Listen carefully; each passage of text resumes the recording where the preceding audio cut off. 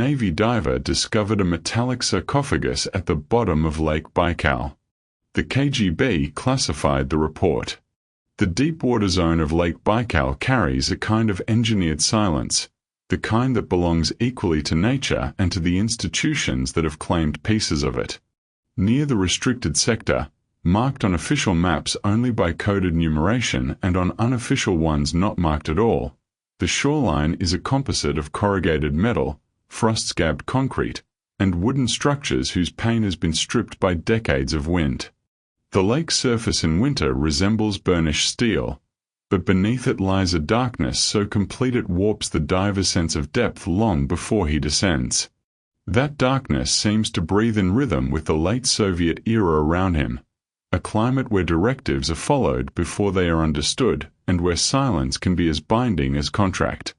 The diver moves through his assigned world with the methodical calm of a man shaped by pressure. There is something precise in the way he suits up, something ritualistic in how he smooths the straps of his harness or taps each gauge twice. He has long accepted that physical survival in the depths depends on obeying procedures. Psychological survival, he suspects, depends on obeying everything else. He rarely speaks unless necessary, but his quietness is not the product of indifference. It is something internal, a watchfulness he cannot fully explain even to himself. He pauses before opening hatches, letting his eyes adjust to the shifting light. He stands still for a moment after radio messages end, listening to the faint crackle in case a hidden fragment of meaning trails behind the official words.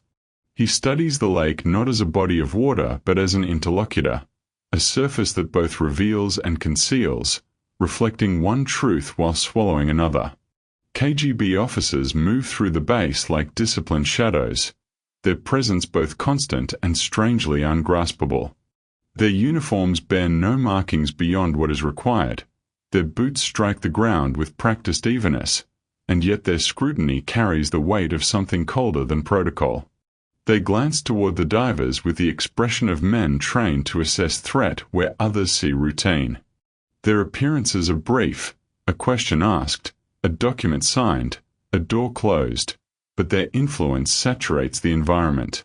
Even the diver, who prides himself on maintaining an emotional depth equal to the lake's, feels a slight tightening in his chest when one of them watches him adjust a valve or check a line. It is not fear, exactly. More like the awareness of being measured against criteria that are never spoken aloud.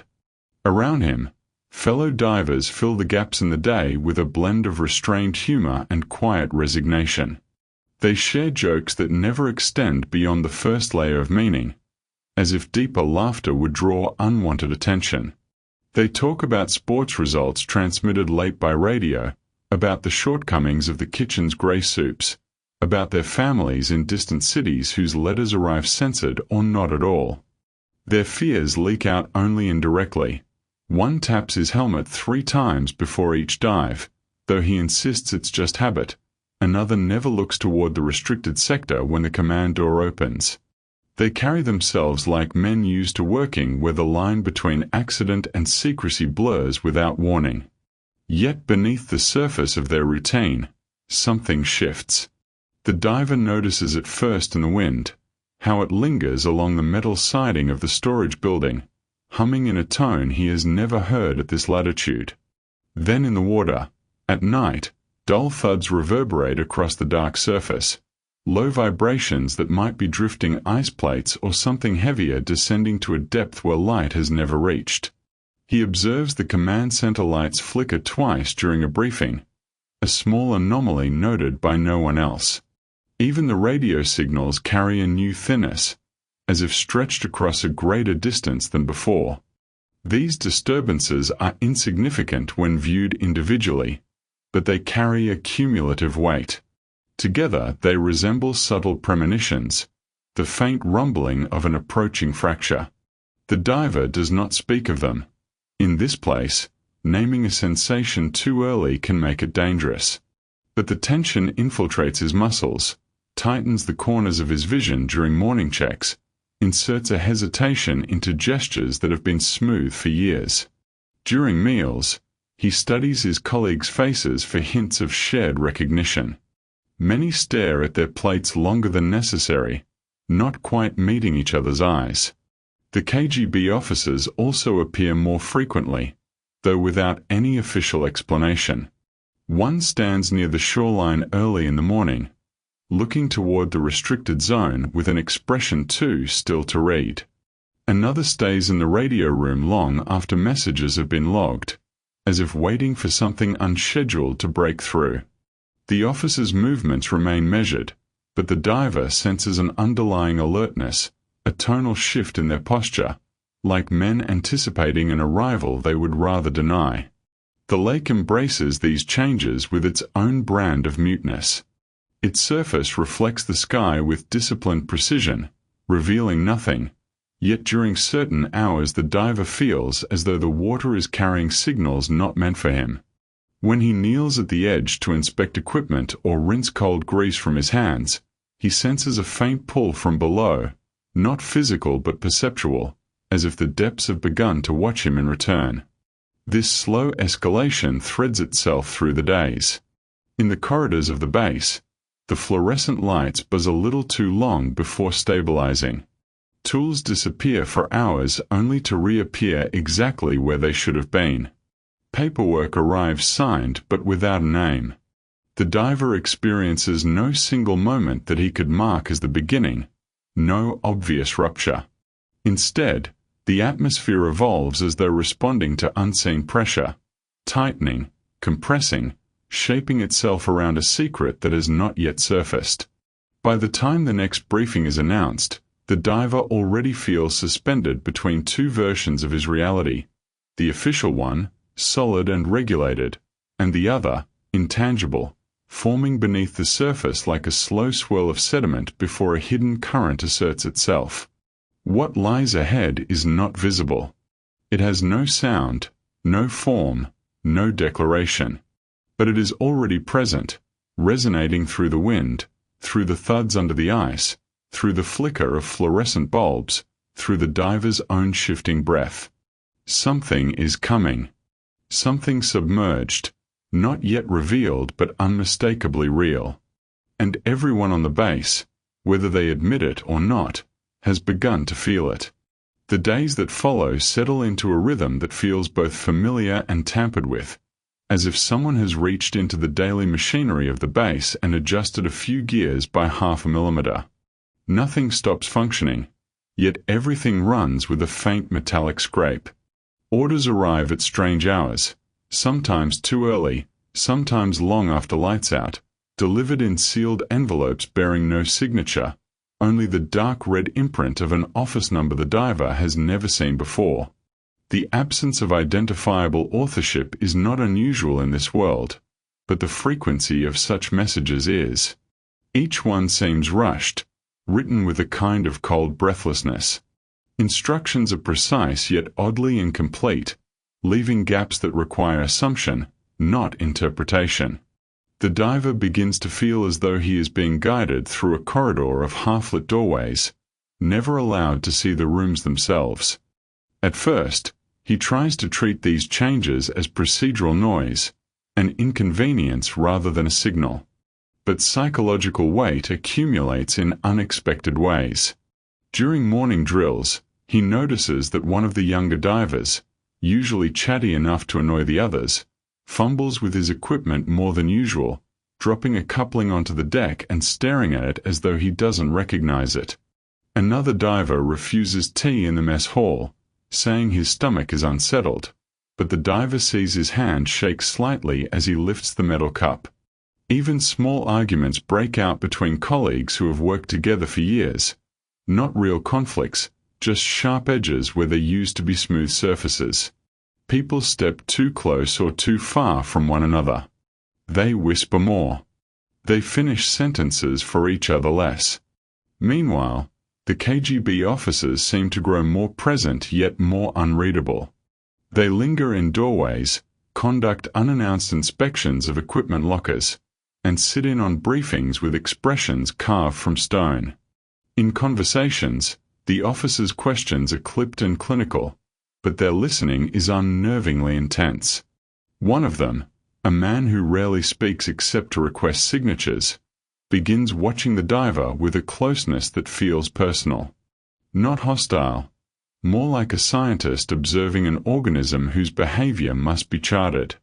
The diver tells himself this attention means nothing, but the knot it forms in his stomach suggests otherwise. It is during one of these inspections that the moral pressure first crystallizes into a question with real contours. The diver and his closest colleague are checking the air tanks when an officer approaches, remarking casually on the importance of clarity and loyalty in upcoming assignments.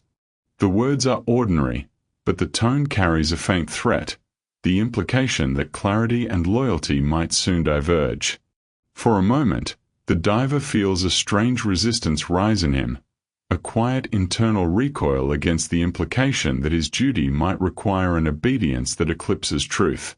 He pushes it down immediately, reflexively, even though something about the moment lodges itself in his memory like a grain of cold sand buried deep in the ear. Days stretch into evenings filled with small misalignments. Radio communications crackle with static that technicians cannot explain. Instruments misread depth by a few meters before stabilizing. The generator hums with a sympathetic vibration that makes the mess hall lights quiver. These mechanical anomalies mirror the subtle emotional fractures among the divers. Conversations falter mid-sentence, replaced by forced laughter or abrupt silence. Even the routine jokes lose their rhythm, their punchlines landing with a dullness that signals something frayed beneath the surface. At night, the diver lies awake listening to the muffled groan of the lake pressing against the shore. From his narrow bunk he can hear the wind dragging itself across the roofing panels, a long, strained whisper. He imagines a presence deep below, something waiting, something that has begun to exert a kind of psychological gravity on the base. The feeling is irrational, he knows, the sort of projection that long hours and poor sleep invite. Yet it persists, threading through his thoughts with the same slow insistence as the cold that seeps through the windowpane. His next briefing confirms that the tension circling the base is no longer simply atmospheric. The command room is strangely full.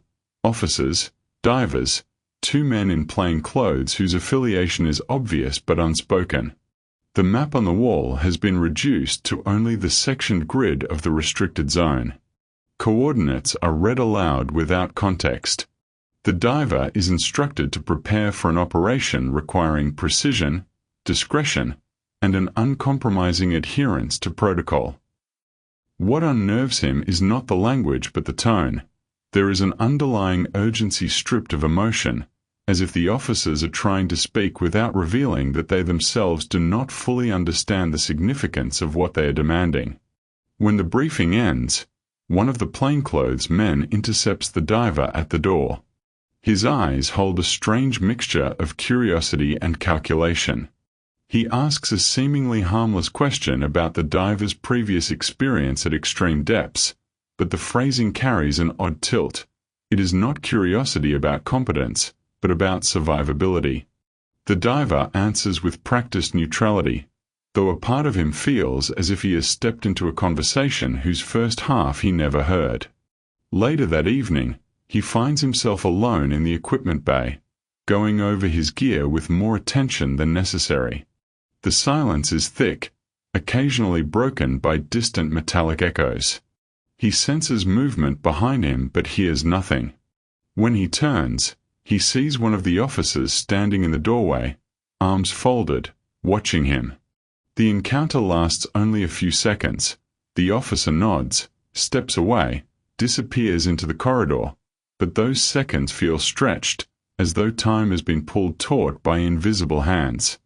The diver stands motionless afterward, breathing shallowly, realizing that something fundamental has shifted. He is no longer being prepared for a mission. He is being positioned for one. The moral question returns with a sharper edge now, rising in him like a tide he can no longer suppress. If he is sent somewhere forbidden, and if he sees something that contradicts the official narrative he will be instructed to repeat, where does his responsibility lie? with the truth that descends on him the moment he perceives it, or with the system that demands silence as its only acceptable form of loyalty. In a different life, this question might have been abstract. Here, it becomes personal, an ethical labyrinth that offers no map and no safe exit. As he extinguishes the lights in the equipment bay and steps into the corridor, he feels the walls closing in with the quiet certainty of water filling a sealed chamber. Around him, the base moves through its nightly routines, but each step he takes feels like a step deeper into a narrowing tunnel. The diver understands that the next operation will not simply test his skill or endurance. It will test the boundaries of obedience, the architecture of fear, and the shape of whatever truth lies waiting beneath the lake's dark surface. Something is approaching, something he has not yet seen but already feels gathering around him like pressure, tightening with each passing hour. As days stretch into a sequence of indistinguishable shifts, the narrative begins to fragment in subtle, documentary-like ways, as though the story itself is attempting to assemble a record from incomplete evidence. What emerges are quiet interludes, a brief diary entry written in cramped handwriting and never signed, a half-remembered anecdote shared by a diver while tightening bolts on a winch, the murmured recollections of a technician who claims to have heard something through the hydrophones but cannot name it without contradicting official reports. These elements slip into the flow of events not as interruptions but as faint contours of a larger, unseen structure. The main diver becomes more attuned to the inconsistencies around him, a misfiled chart with a depth reading that does not match the lake bottom they all think they know, a sealed crate in a storage bay that did not exist the week before, a KGB officer reviewing tapes that have not yet been recorded. Conversations grow careful. Words land with soft, deliberate weight, and pauses feel longer than they should. Even friendly voices carry a muted strain, as if each speaker measures the distance between loyalty and truth before choosing what to say. Outside, the natural world begins to reflect this internal distortion. The winds sharpen unexpectedly, carving erratic patterns across the lake's surface that look almost scripted. Nights lengthen, and the floodlights on the pier cast weak, trembling halos that fail to reach the far edge of the water. Architecture that once appeared merely functional now reveals signs of fatigue, rust blooming like bruises on metal seams, frost crawling deeper into cracks, corridors echoing with a hollowness that suggests abandonment even when people move through them. The main diver, caught between duty and the unspoken moral pressure rising within him, senses a vibration in the narrative of his days, an approaching point where the muted contradictions will converge. He cannot articulate what draws him forward. He only feels that something has begun to resonate beneath the routine, like a signal too low to hear but impossible to ignore. Within the team, motives blur. Fellow divers, once predictable in their camaraderie, now reveal fissures in small gestures, a refusal to meet his eyes during equipment checks, an uncharacteristic tightening of posture when certain topics arise, a sudden eagerness to leave the room when KGB officers enter. Some offer misleading clues, dates that don't align, memories that conflict, sightings that change depending on who is listening. Others may be trying to warn him, though their cautions arrive in fragmented forms, a scribbled note quickly destroyed, a hesitation on the stairwell, a whispered "don't go alone" that vanishes into the hum of ventilation. The diver begins to suspect that the investigation is no longer about the lake, but about managing the narrative of what the state expects them to find, or not find. The sense of uncertainty expands, filling every silence with implication. And always, beneath these shifting layers, the presence of the unknown draws closer. The divers report subtle distortions in sonar, vague shapes that appear for fractions of a second before dissolving into static. The lake's depths feel denser, almost active, as though something massive is stirring far below, its influence radiating upward in faint, steady pulses. The main diver senses this approach with increasing clarity, not as fear, but as a strange kind of recognition, as if he has been moving toward this moment long before he understood its meaning. The story narrows around the sensation, preparing the ground for a discovery that has not yet surfaced but already exerts a gravitational pull on everything above it, pulling characters, structures, and memories toward a single point where secrecy will harden into revelation. The moment of revelation does not arrive with dramatic rupture but with a slow, inexorable narrowing of events, as though the world has conspired to remove every alternative path. The descent begins before dawn, when the lake is a seamless sheet of iron-gray stillness and the frost on the equipment glitters with unnatural clarity. The diver prepares in silence, feeling the weight of each gesture, each buckle and seal, as if the familiar routine has acquired a ceremonial gravity. No one speaks. Even the KGB officers stand immobile on the pier, their breath vanishing into the air without forming clouds, their presence too controlled, too deliberate, as if rehearsed. The diver senses their eyes on him, not with suspicion but with expectation, as though they already know what he is about to see. The deeper he descends, the more the world contracts into muted vibrations and dim, filtered light. Sonar pings return with sluggish reluctance, carrying an undercurrent of distortion, as if something down there bends the signals, folding them inward. The water grows colder with abnormal rapidity, a drop not accounted for in any chart. He feels it through the suit like a warning pulse. And then, at a depth where the lake should offer only darkness and rock, a faint geometry emerges, a glint too straight to be natural. At first it appears as a metallic edge, barely interrupting the silt. Then a larger outline comes into focus, an elongated shape resting in a depression carved with impossible symmetry. The sarcophagus, massive, seamless, reflective in a way that seems to absorb light rather than return it, lies before him like a presence that predates the lake itself. The diver approaches not with fear but with a heavy sense of inevitability. His breath slows. The water around the object feels thicker, as if time shifts in its proximity. When he reaches out, his glove hovers just short of the surface, and in that fractional moment he feels a vibration resonate through his arm, then through his chest, as though the object recognizes contact before it happens. There is no mechanism, no seams, no rivets, nothing that aligns with human engineering. His training offers no vocabulary for it. The helmet radio crackles with voices, fragmented, urgent, overlapping. He cannot understand all the words, but he hears enough to know that whatever he has found, the people above are reacting as if a boundary has been crossed, as if the very act of seeing this object constitutes a breach. Still, he cannot look away.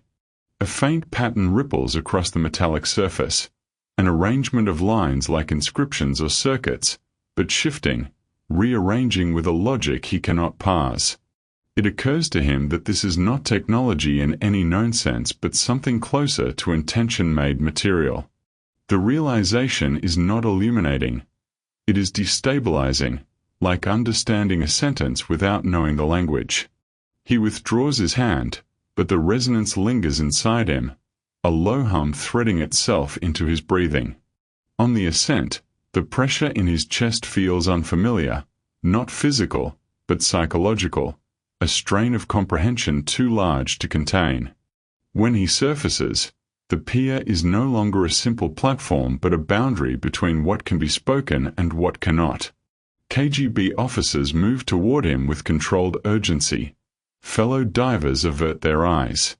His report is taken before he can remove all of his gear. Orders are spoken in clipped phrases. The sarcophagus is towed from the depths using equipment no one had seen before that morning. Crates appear. Covers are drawn. He realizes that the discovery had been anticipated, or at least feared, long before he made it. The confrontation that follows does not erupt into conflict. It unfolds with cold precision. He is escorted to a sealed room where questions are delivered with surgical detachment, questions that reveal they know more than he expected, yet still require him to confirm details as though truth must be triangulated through loyalty. They ask not what he saw, but how he reacted, what he felt, whether he sensed anything unusual upon approaching the object. Their focus unnerves him, as if the emotional imprint matters more than the findings themselves.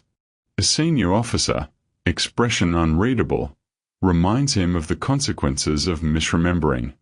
His fellow divers are questioned separately. Some emerge pale, some defiant, some silent. One does not return at all.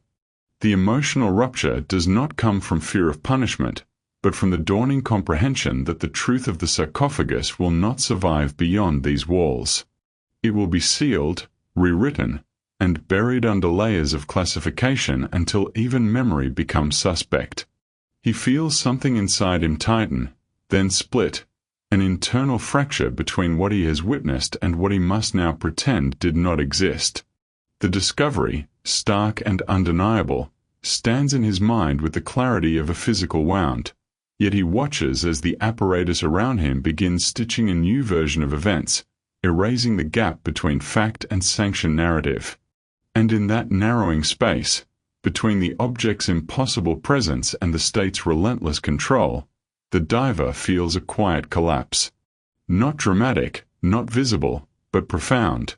The realization that some truths do not simply conflict with orders, they destabilize the very structures that issue those orders. And in response, those structures will do anything to seal the rupture, even if it means sealing him along with it. In the days that follow, the base resumes its routines with a precision that feels almost punitive in its normalcy, as though the machinery of Soviet order insists on reasserting itself after the discovery threatened to unbalance it.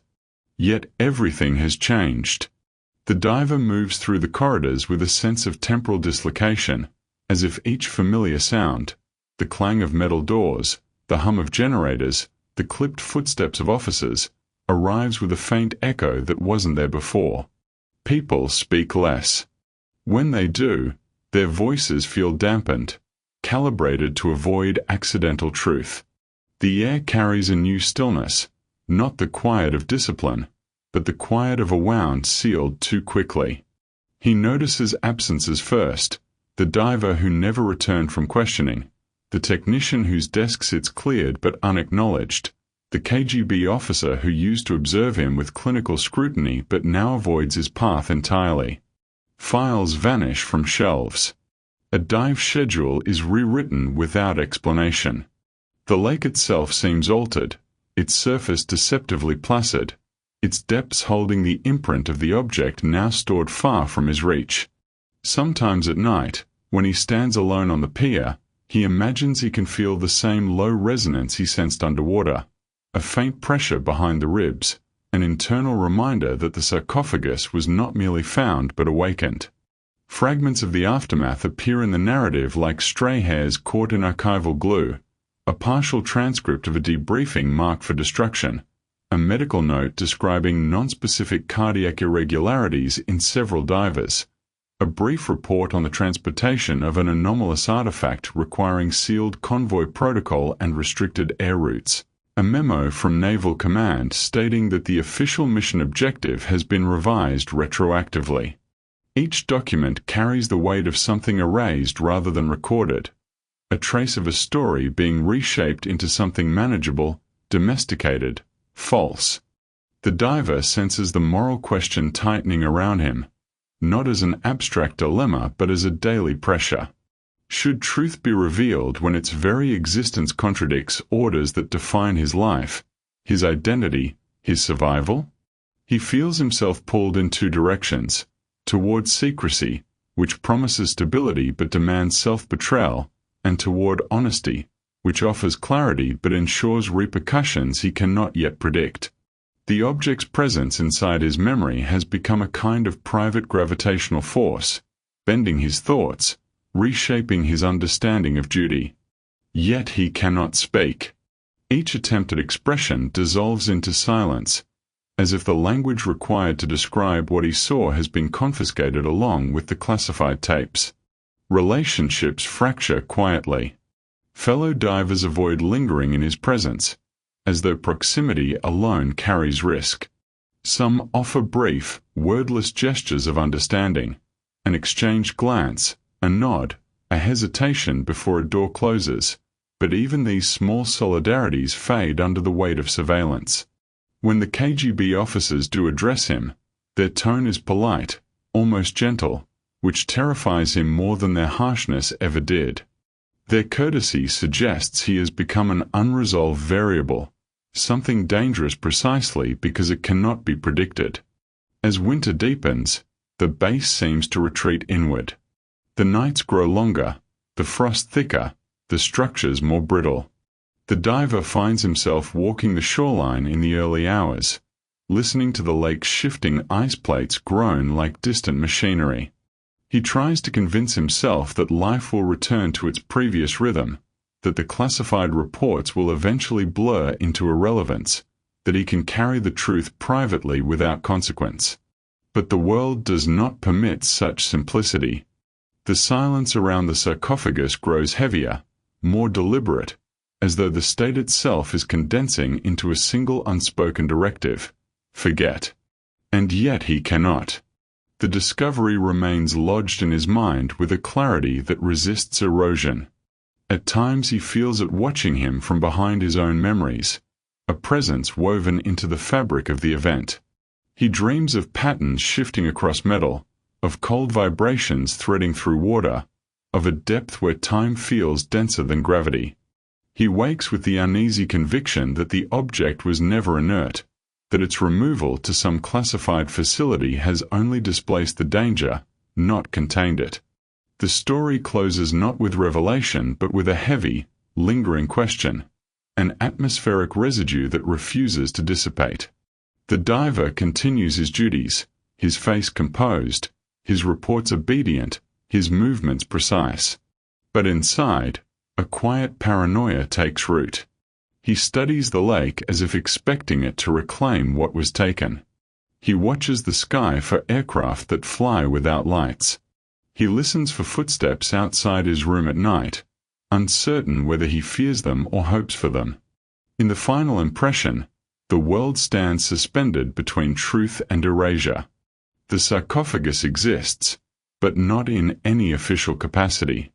The diver remembers, but memory itself feels endangered.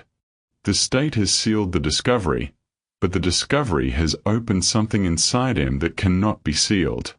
The ending settles into an ominous stillness, unresolved, cold, and quietly suffocating, as though the real story has been locked away in a room without windows, waiting for a future that may never be allowed to arrive.